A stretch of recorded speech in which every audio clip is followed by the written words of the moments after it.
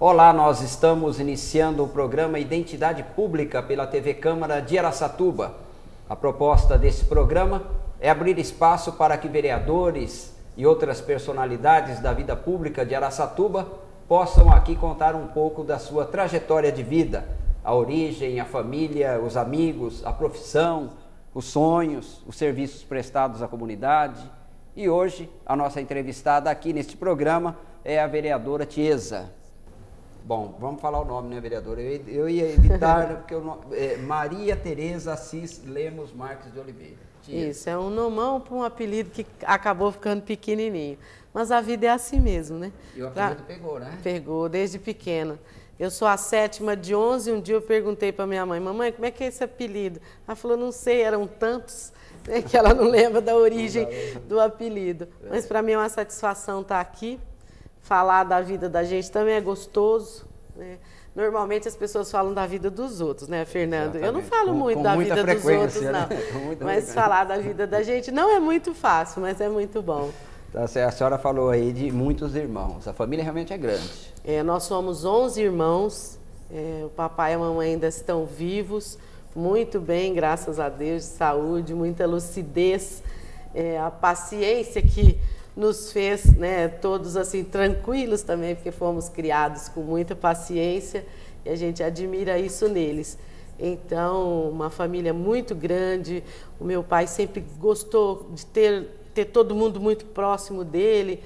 Então, a gente está assim, além dos filhos, ainda vinham os primos, os amigos, os namorados, e aí os agregados e os sobrinhos, e aí sempre muita gente. Para fazer um almoço final de semana tem que ser. Lá em casa, para juntar, fala, vamos juntar as panelas, dá ali umas 30, 40 pessoas, né? Tá certo. Mas é muito bom. Agora, a sua família, né? O nome a gente fala, normalmente as pessoas que têm um nome muito grande é família tradicional, né? Junta aí muita. Eu acho até que a minha viu, né? Muito sobrenome. É de Minas Gerais? Não, a minha família é mineira, de Passos. E o meu marido é Marques de Oliveira, de mãe e de pai.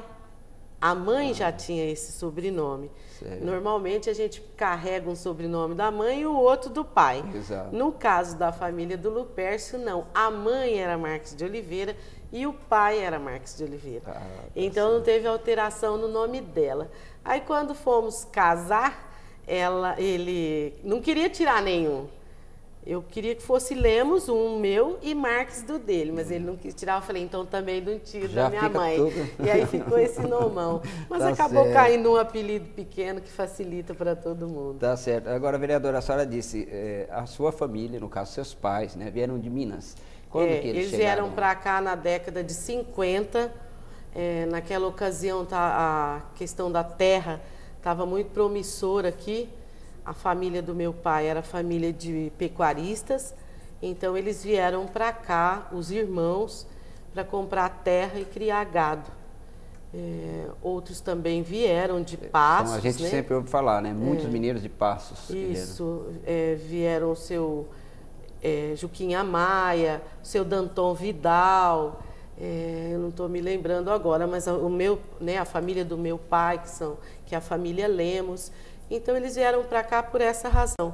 Quando vieram, meus pais já tinham 5 filhos. E aí, chegaram aqui, continuaram, acho que bastante animados, e vieram mais 6. A senhora nasceu em Araçatuba? Eu já nasci aqui. Em Araçatuba. Eu vou ser a primeira prefeita nascida e criada em Araçatuba, viu, Fernando? Então nós já temos Porque na nossa cidade é um monte de prefeito que nunca nasceu aqui, tem uns até que nem morava direito aqui, então acho que por isso que a cidade andou meio abandonada aí. Acho que o dia que tiver um prefeito nascido e criado aqui, ela vai melhor. Mas, vereador, do que a senhora falou, então, nós já temos uma candidata a prefeita na cidade. Já tem. Araçatuba que me aguarde. Ainda é cedo, mas uma hora chega. Tá certo. Vereadora, a senhora... Bom, 11 irmãos. O que a senhora lembra aqui de Araçatuba, na sua infância, locais? Olha, Fernando, se me aparecesse um gênio e pedisse e me desse a oportunidade de voltar, eu queria voltar para a minha adolescência. A gente tinha uma liberdade muito boa, uma liberdade construtiva. Eu me lembro que nós não conhecíamos a casa, o interior das casas, dos amigos, das amigas, porque a gente ficava sempre na rua. Eu já namorava o Lupercio com 14 anos e ainda jogava bete na rua. Tá, né? Então, uma adolescência muito gostosa. Jogava, ficava na escola, participava dos times da cidade, a gente nadava pelo clube. Então, uma vida de clube muito interessante. É uma pena que Araçatuba tenha acabado essa vida de clube. Eu falo que eu tenho muita dor de cotovelo de Presidente Prudente. A gente vai muito a Prudente por conta da família do Lupercio, que tem gente lá. Então, é uma cidade bem cuidada, bonita, com 2 grandes clubes sociais que ainda mantêm atividade intensa. Eu vivo indo a bailes em Presidente Prudente e não vou aqui acabou.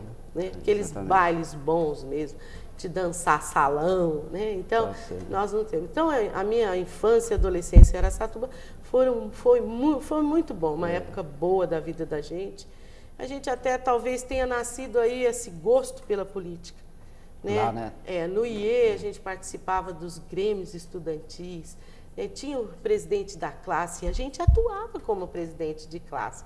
Então, sempre reivindicando melhorias, brigando com a direção por um pouco mais de liberdade. Então, eu acho que essas coisas vão... a gente já deve trazer um pouco, né, da família, um pouco do meio e vai construindo outro pouco com a nossa atividade, com o jeito de ser.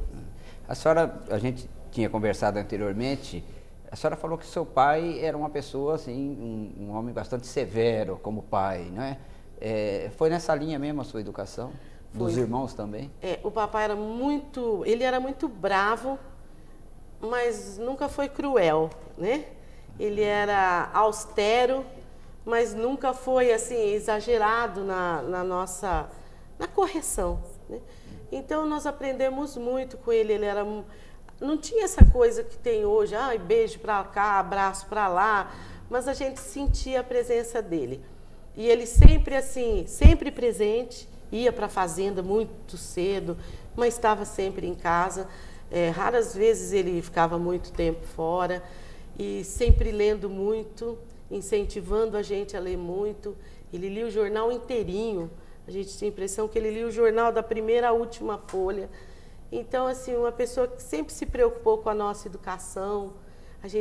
Algumas poucas brincadeiras com ele eram brincadeiras de procurar palavras em dicionário, procurar cidades no Mapa Mundi, então no Atlas que a gente estudava. Então, assim, sempre preocupou muito com essa nossa formação. E a sua mãe? A mamãe não estudou muito, não. Ela não teve oportunidade. A mamãe fez 4º ano primário, mas tem um português bem, sabe, ela tem um entendimento muito bom, a pessoa que também gosta de ler jornal, bastante atualizada, capaz de discutir qualquer coisa em qualquer ambiente, uma pessoa extremamente do lar, né? Até hoje a gente vai lá, tem lá o bolo à tarde para tomar o lanche, sempre tem coisa que ela faz, pouca coisa compra fora, está sempre lá na beira do fogão e a turma está sempre na cozinha. Então lá a gente vai, todo mundo ainda vai para a cozinha. E os estudos aqui, onde que a senhora estudou? A senhora falou no IE? Nós começamos no Colégio das Irmãs, né? Depois eu fui para o IE já no ginasial e a gente, né, concluiu, naquela época era colegial, no IE, e eu sempre quis trabalhar fora. Aqui não tinha muita oportunidade, o meu pai não achava isso muito bom. Para ele, acho que as filhas tinham que ser professoras e ficar dentro de casa, no máximo. Não achava bom que saíssemos para estudar fora. Mas a gente foi estudar fora, né? Minhas irmãs também. A Margarete formou-se em medicina em Minas Gerais, em Belo Horizonte. A Marli fez engenharia em Lins. E aí nós fomos saindo. E eu fui para São Paulo, que eu queria muito trabalhar fora. Fui para São Paulo, comecei a faculdade de serviço social lá. Depois eu já estava pensando em casar, né? Em me casar, era mais fácil arrumar as coisas do casamento aqui mais perto de casa. E acabei transferindo para Bauru. Já trabalhava no Estado como funcionária, né, da Secretaria do Trabalho. Entrei no Estado na Secretaria do Trabalho. Depois, quando eu me formei em serviço social, prestei o concurso do Estado. passei no concurso, fui para a Secretaria da Assistência Social e agora já com 30 e tantos anos de serviço público, já estou caminhando para a aposentadoria. Ah, tá certo. Eu fiz serviço social. E por que o serviço social? Gosto muito. Às vezes eu fico pensando, ou em outros tempos, pensava em outra profissão, eu não conseguia muito me achar em outra profissão. Eu sempre gostei dessa área do relacionamento, de ajudar as pessoas. Então, acho que o serviço social tem muito disso. Gosto bastante de escrever, o serviço social tem muito disso, fazer relatórios. Então, acompanhar o caso das pessoas, resolver. Visitar. Eu sempre quis resolver. Eu acho que as coisas não podem ficar de qualquer jeito, tem que ser resolvidas. Ah, não está dando certo, mas por que não está dando certo? Não, alguma coisa tem que... Então, eu sempre fui assim. Eu acho que o serviço social é uma profissão que encaixa bem esse perfil. Tá certo. Então, e como assistente social, a senhora trabalhou em São Paulo também, então? Trabalhei lá, trabalhei um pouco em favelas, em Guarulhos. E aí depois eu vim para cá, logo assumi uma supervisão técnica. Então, assim, eu tive uma experiência de serviço social de gabinete, que a gente fala que é mais de assessoria, mais de planejamento, e também tive essa prática, né, de trabalhar no campo, de atender na casa, de fazer grupos na comunidade. Logo que eu assumi como vereadora, eu tinha uma preocupação, eu falava que eu não sabia muito bem onde é que terminava a assistente social e começava a vereadora. Tinha hora que eu falava, não sei se isso é coisa de assistente social ou de vereadora, né? Então, assim, sempre nesse trabalho na comunidade. Tá certo. Nós vamos fazer um breve intervalo, então, vereadora, e depois voltamos, aí vamos falar um pouco do casamento, não é?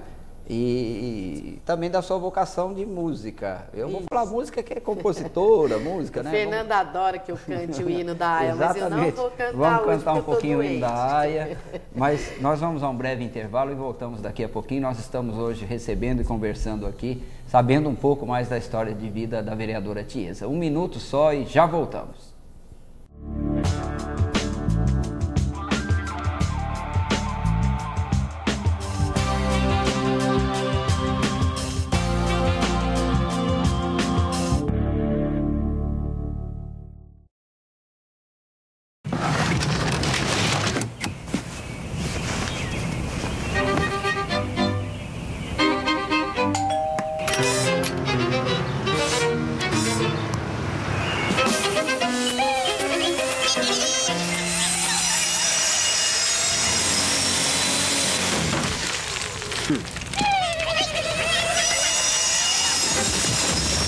Se você não sabe mais como se livrar das coisas usadas, ligue que o Exército de Salvação retira. Audiodescrição.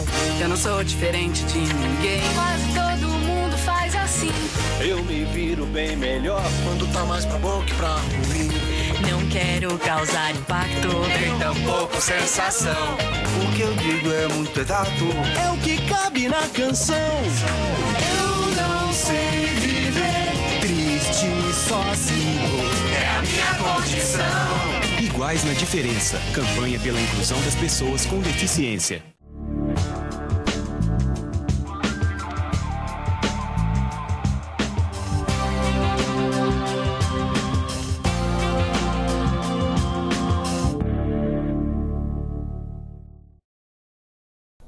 E nós voltamos a apresentar o programa Identidade Pública. A nossa convidada de hoje é a vereadora Tiesa, que está nos contando um pouco aí da sua trajetória de vida.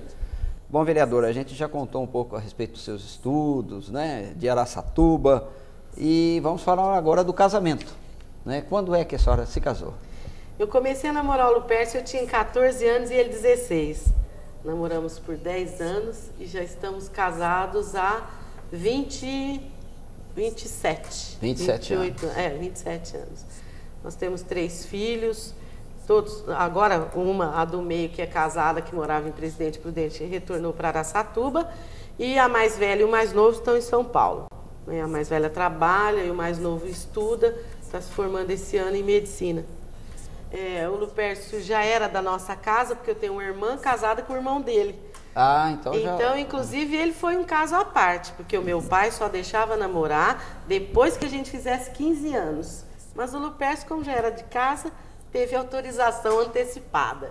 Mas teve que ser com autorização. Opa, tinha que ter autorização. Então, a gente vive muito bem. O Lupercio é dentista, esportista, boleiro, adora um futebol.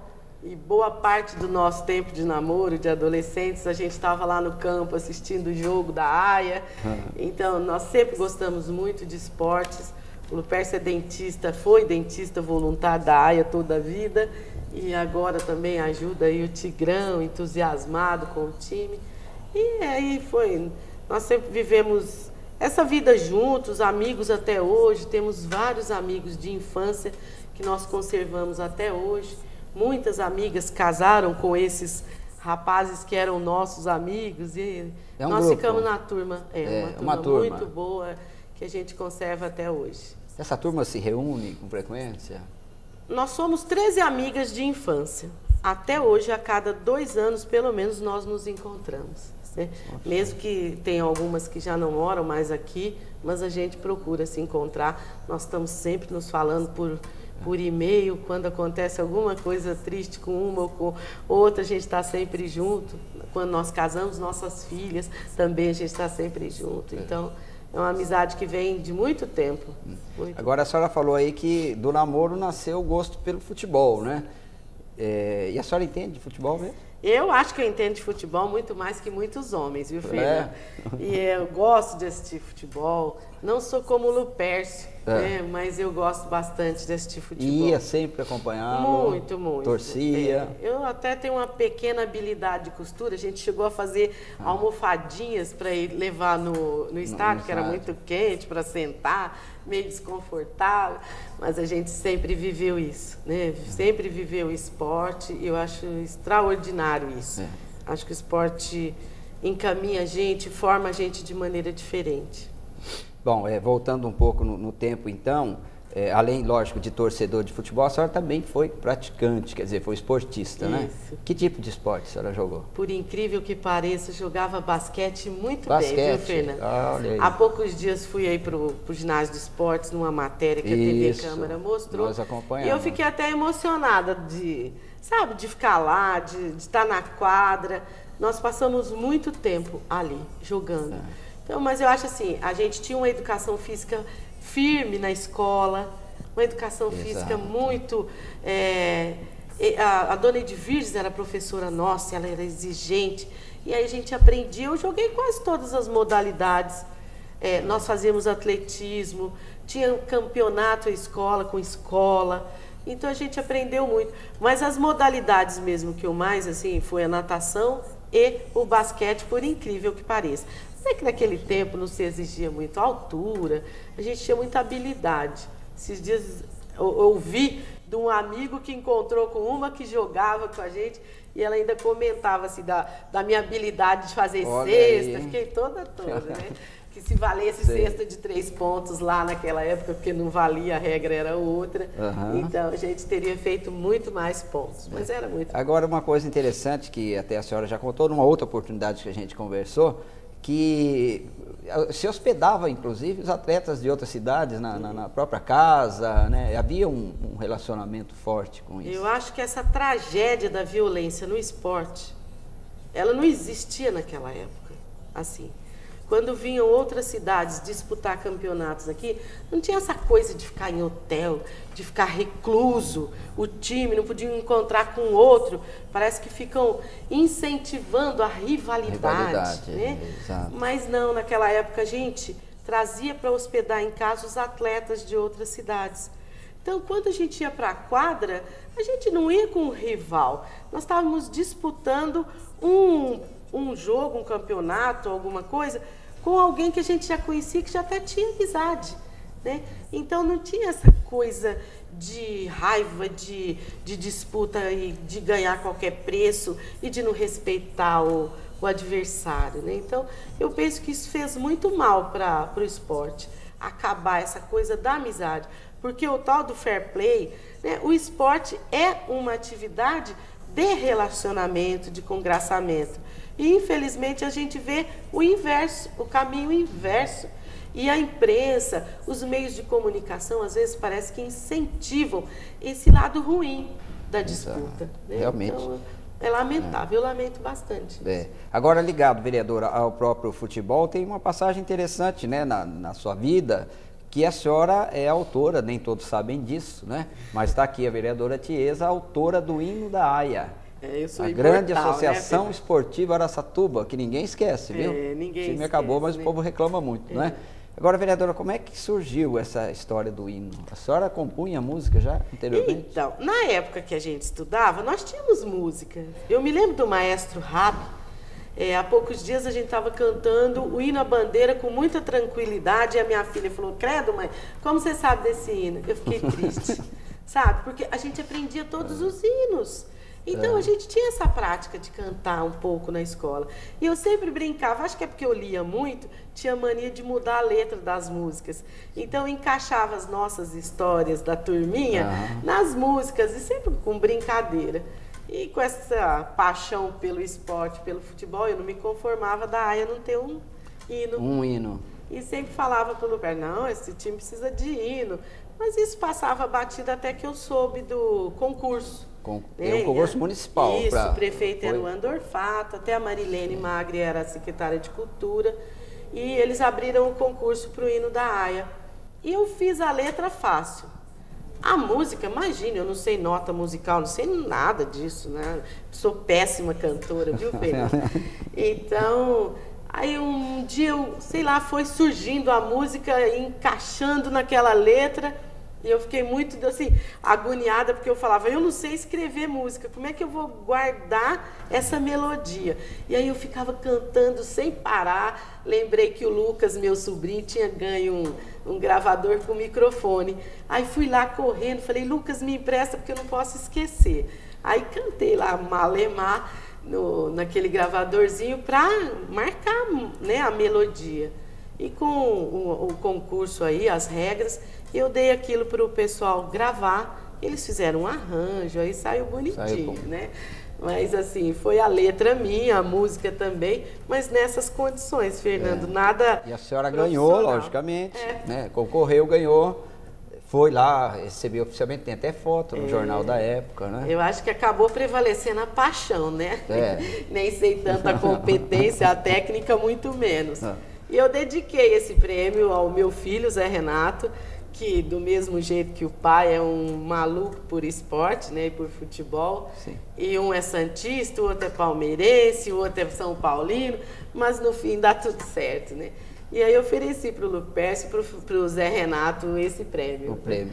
Agora, vereadora, a senhora já cantou aqui uma vez esse hino. Eu sei que a senhora está meio gripada, né? Mas não, só lembra aí um trechinho pra gente. Como não, é mas que eu vou tentar só começar. Só comecinho. Mas só aí da outra vez eu cantei bonitinho, não, né, Fernando? Fernando? Ficou excelente. Inclusive a senhora, com a modéstia, disse que não era cantora, mas cantou muito bem, eu gostei. Mas viu? o hino é assim. Vamos ver, vamos lembrar o hino. Vamos lembrar. A Noroeste se encheu de galhardia quando o canário entrou em campo. Aí sua história, sua raça e alegria transformaram nossas tardes em magia, campeão de tantas gerações.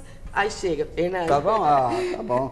Nós vamos ter que disponibilizar esse hino, mesmo porque muita gente não sabe que a AIA tem hino, né? Uma coisa interessante. Mas, parabéns, viu? Eu acho que eu sou a única autora de hino de time de futebol e que sou mulher, né? Exatamente. Isso é prova de que a mulher está chegando para ocupar o espaço, né? E que assim que as mulheres descobrirem a sua capacidade de ocupar os espaços, o mundo, o planeta vai ser bem diferente, vai ficar melhor, viu, Fernanda? Tá certo. Vocês vão concordar comigo que a vereadora Tiesa realmente canta, sabe cantar. E ela tá meio gripada hoje, né? Estou muito gripada, tá né? Tá certo, mas beleza, maravilha. Obrigado a senhora ter cantado o hino, viu? Porque eu isso. falei, eu vou cobrar, né? Tá bem. E quem sabe a gente disponibilize isso mais à frente também, porque a cidade tem hino, o time tem hino e as pessoas normalmente não conhecem, né? Não, e isso da acontece. AIA também a gente fica sentida de não existir mais. Não ter o nosso time, né? Eu acho assim, então nós temos que torcer para que o Atlético também se dê bem. Tá acho certo. que a população tem que ajudar, os empresários têm que ajudar. Um time de futebol sempre traz muitos benefícios para a cidade. Também não sou favorável a usar verbas públicas, recursos públicos para incentivar o mundo privado, né? Mas algumas coisas eu acho que é possível serem feitas para ajudar a levar o nome da cidade para outros lugares, despertar interesse de investimentos na cidade. E o esporte faz isso muito bem, né? Eu acho assim, eu aposto que o Tigrão vai dar certo, acho que precisa de apoio. Né? E com responsabilidade, nada feito que não deva ser feito, né? As coisas acontecem, sim. E a história da política? Como é que a política surgiu na sua vida? A senhora falou lá da época de estudante, dos grêmios, e aí essa vocação, como é que chegou a vereadora? Então, eu tenho a impressão que nasce aí, né? Nesse mundo da escola, esse mundo da formação acadêmica, um pouco a possibilidade da gente, sei lá, se isso é um dom, né? Da gente mostrar esse dom, botar isso para fora. Então lá a gente já vinha. Às vezes fui capitã do time, do Grêmio. Então, naturalmente, a gente, sei lá, ia parece que se destacando em algumas, com toda a humildade falar isso, né? As pessoas pedem para ser candidato também, não pedem? Então, é engraçado, assim, é uma coisa meio natural, mas aí a gente sente a responsabilidade do partido. Eu sentia vontade que a mulher tivesse uma presença mais expressiva na política. Eu penso que como é que chama? O perfil da mulher e o perfil do homem são coisas que se complementam, né, que podem viver harmonicamente. Então, cada um tem as suas características e essas características ajudam a enriquecer, para iluminar caminhos melhores, transformar a vida das pessoas.